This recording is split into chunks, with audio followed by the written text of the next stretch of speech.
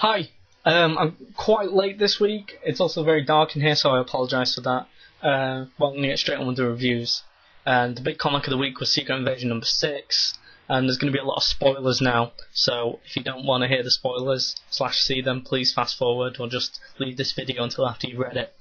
Anyway, I really enjoyed this issue. Things have just been building and building since issue 5. As I've said before, there was a bit of a dip in the middle, but everything's, getting up speed now, and the next 2 issues, 7 and 8, are going to be, real treats in the comic world. Well, that's what I'm thinking anyway. Basically, we start out with this TV broadcast, and it's a Skrull disguised as a human telling us all to embrace change, which has now become the tagline for this second half of the Secret Invasion, after obviously the first half was Who Do You Trust? And they keep building on this, and there's some very interesting bits in this comic, which I'd like to go into. So over a couple of pages, the tie-ins are tied in, for lack of a better word, and it's good to see that the artist and the colorist have looked at the source material and kind of tried to emulate it. So on their journey back to New York, the survivors of the Savage Lands are described as the Avengers, and one of them says that, how much damage could have been done to New York while we've been gone? And the answer is, a hell of a lot. So obviously the characters have been holding down the fort, so to speak, in New York. Have been Nick Fury and the Young Avengers, and a couple of people who didn't travel to the Savage Lands. And as they're, kicking some Skrull ass, they come across some damn young, useless hippies who have, boards, and they see naively the Skrulls as saviors of the world. They believe these broadcasts and whatnot, but they're quickly brushed aside. I presume that Bendis is going to go into this in more detail in the few coming issues, maybe in some of the Avengers tie-ins, because it's an interesting idea that especially during Civil War, the superheroes have been distrusted a lot of times, and obviously trust is a whole theme in the Secret Invasion. So I'm interested to see where that's going. This issue ends brilliantly. It's what everything's been leading up to, and I was really, really excited to see it.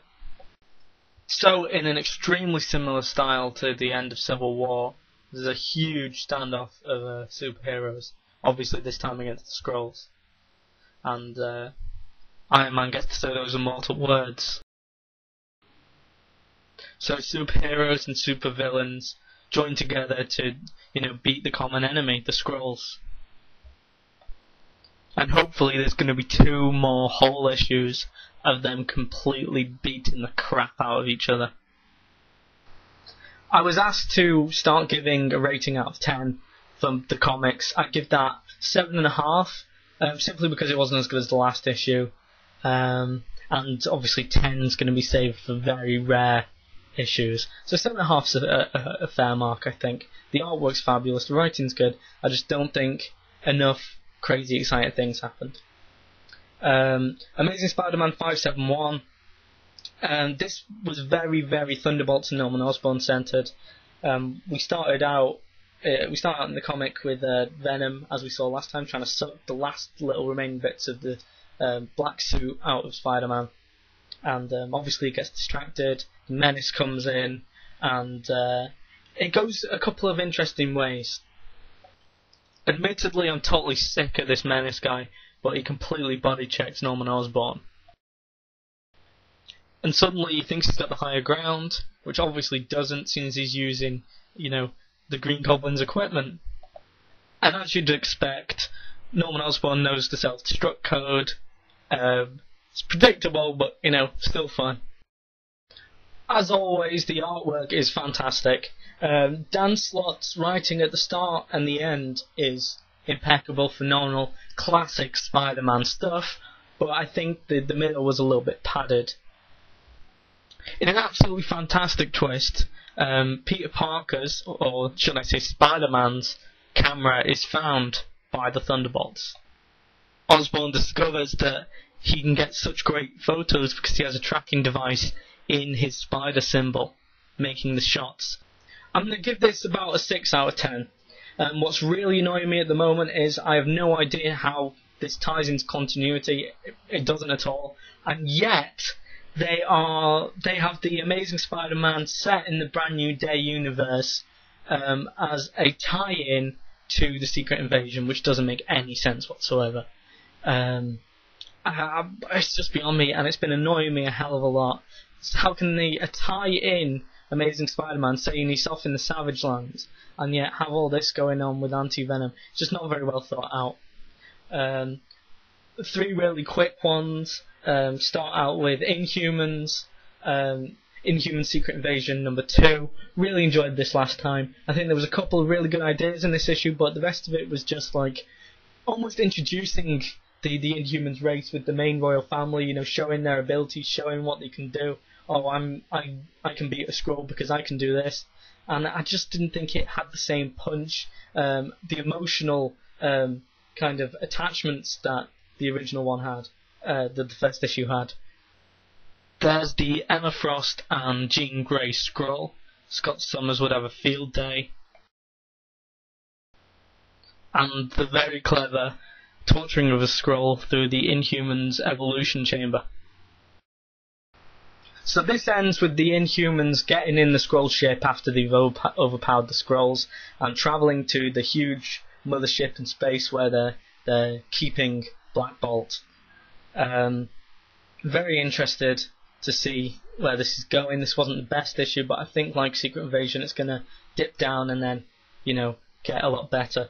I'd give this maybe a 4 out of 10, simply because it wasn't that great and a lot of it was filler. But I am going to keep buying it. Next up, Secret Invasion X-Men. The pencils in this are not very good. The colorist is the saving grace of all the artwork, but it's starting to show, because we're seeing a lot of human faces now, that the penciler is not very, very good, or at least he's not putting a lot of effort in. As I said, the inker is the saving grace. The story's okay. I'm still enjoying this dynamic about Nightcrawler being enticed into the religion, and we found out in this issue of Secret Invasion that they are actually calling the person "He loves you" God. So it is actually God. So I can see why Nightcrawler's getting sucked in, but nothing else really happens, so it's pretty poor. I don't know if I'm going to keep buying this. I should, but the artwork's the saving grace, but that's about it. I'd give it a 4 out of 10 again. So the saving grace of the Secret Invasion tie-ins this week was Deadpool number 1. I was kind of reluctant to buy this because I thought, how can they make it tie into the Secret Invasion, make it completely relevant, and at the same time make it funny, which is the most essential part of Daredevil comic. And they did all 3 very, very well.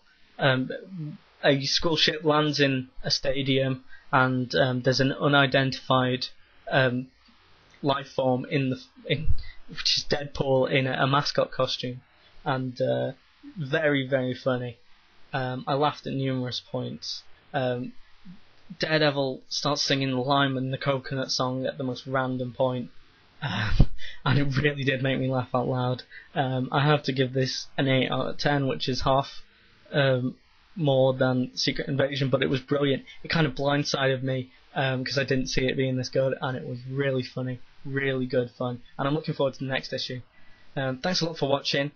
Next week we have Amazing Spider-Man again, Age of the Century and Uncanny X-Men, which I'm definitely going to buy. If I find something else, I'll review that as well. I'll also probably be doing some Blast from the Past stuff as well.